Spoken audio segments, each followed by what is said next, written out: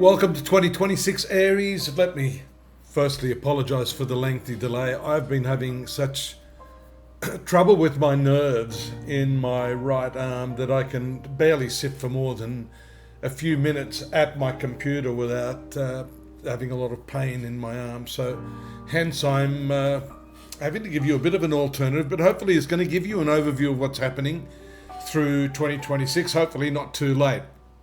Now, if you're an Aries, 2026 is not just going to be another round trip around the sun. It's a year that is going to rewrite your entire identity at the cellular level. The two heavyweight planets, the outers, Neptune and Saturn, are moving into your sign for the first time in decades. And they're bringing transformations so profound that by December, you're not really going to recognize yourself.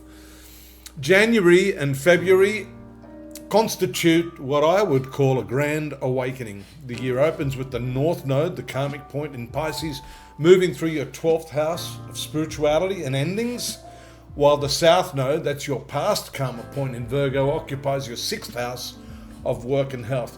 So, your soul's evolutionary direction is clear. Release the addiction to productivity, stop measuring your worth by how useful you are, and surrender to the processes you can't control or perfect.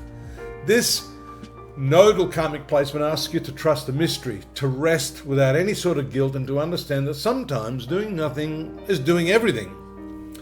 Then on January 26th, Neptune glides into Aries and plants its flag in your first house for the next 14 years. This is where things are going to get somewhat mystical. Neptune dissolves boundaries, and when it's dissolving your boundaries, your sense of self, your identity, your I am, expect that ground beneath your feet to feel less solid than it used to. Very nebulous indeed. You might find yourself drawn to meditation, creative visualization, or spiritual practices that once seemed a little too abstract for your direct action-orientated nature. Your dreams are going to become much more vivid messengers, so you should trust that. Your intuition is going to sharpen to a razor's edge. Saturn marches into Aries on February 13, and suddenly you've got cosmic construction equipment parked in your driveway while Neptune's still painting watercolors on your walls.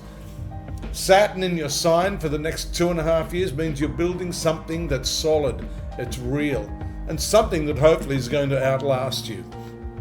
This transit demands maturity, discipline, and the willingness to look yourself dead in the eye and ask the hard questions. When Saturn and Neptune meet at 0 degrees Aries on February 20, you're standing at one of the most significant cosmic crossroads of your life. This conjunction happens every 36 years, and it's happening in your sign. Whatever you commit to now carries generational staying power. In March to May, the eclipse portal and spiritual release takes place. A total lunar eclipse in Virgo on March 3rd falls in your 6th house, bringing culmination to a 2-year cycle around work, health, and service. This eclipse is the universe's final push to release perfectionism, martyrdom, and that exhausting belief that your worth depends on how useful you are to others. Something about your daily routine, your health practices, or how you serve others is going to reach a breaking point that forces you to complete restructuring.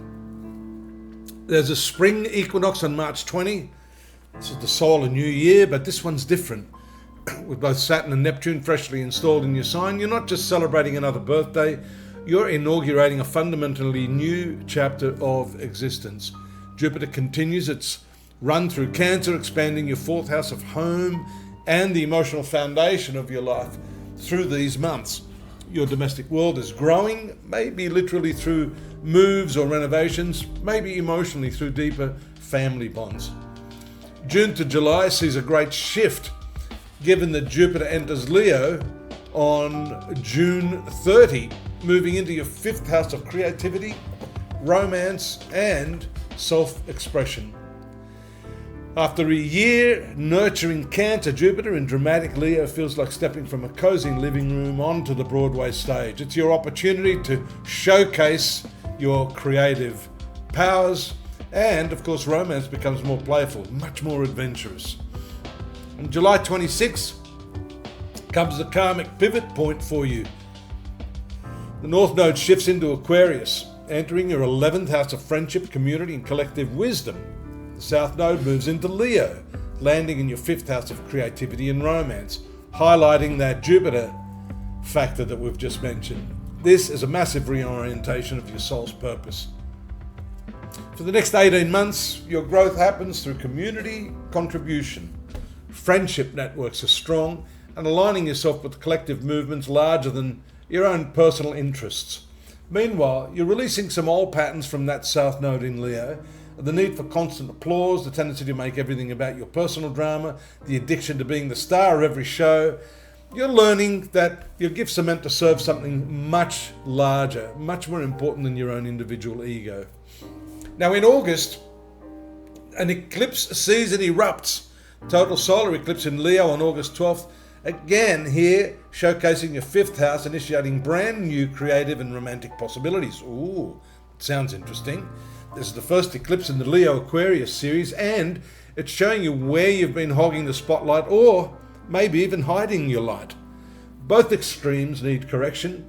New creative projects emerge that require collaboration rather than a solo performance. And in your romantic experience, connections that feed your ego without feeding your soul get exposed.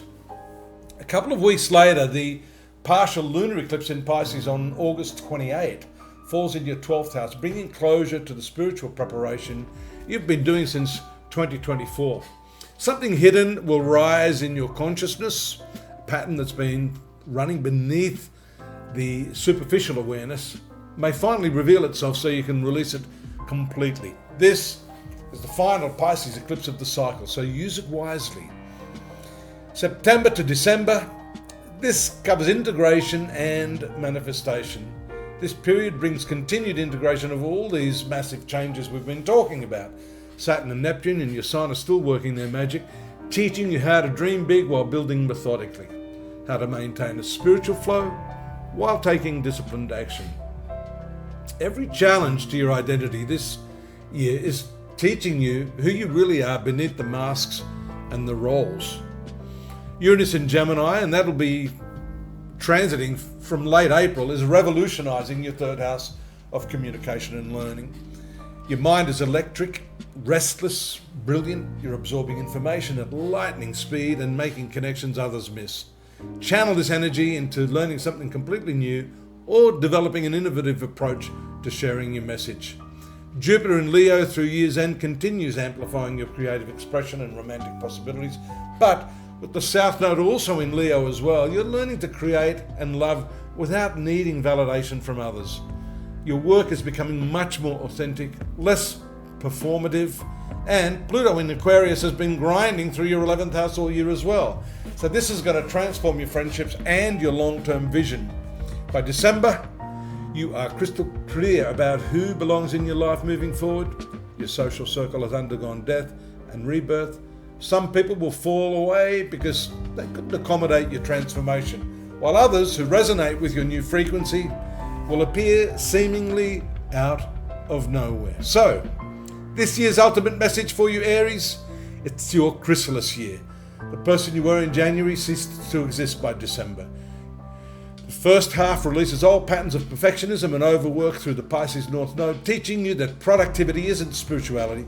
The second half redirects your considerable fire towards community and collective vision rather than just personal glory. You're not just changing, you are absolutely transforming at an identity level, which is the deepest transformation possible for any first house transit. The key is allowing Neptune's dissolution while simultaneously building Saturn's structure. Let the boundaries soften, let the old identity die, but also do the work, show up consistently, build something real. The cosmic fire is burning away everything false, leaving only what's eternally true about who you are.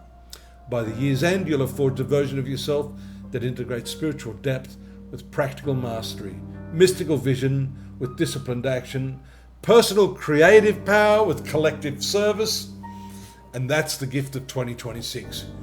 You get to be the bridge between heaven and earth, between yourself and the community, and ultimately between your ego and your soul. Happy New Year!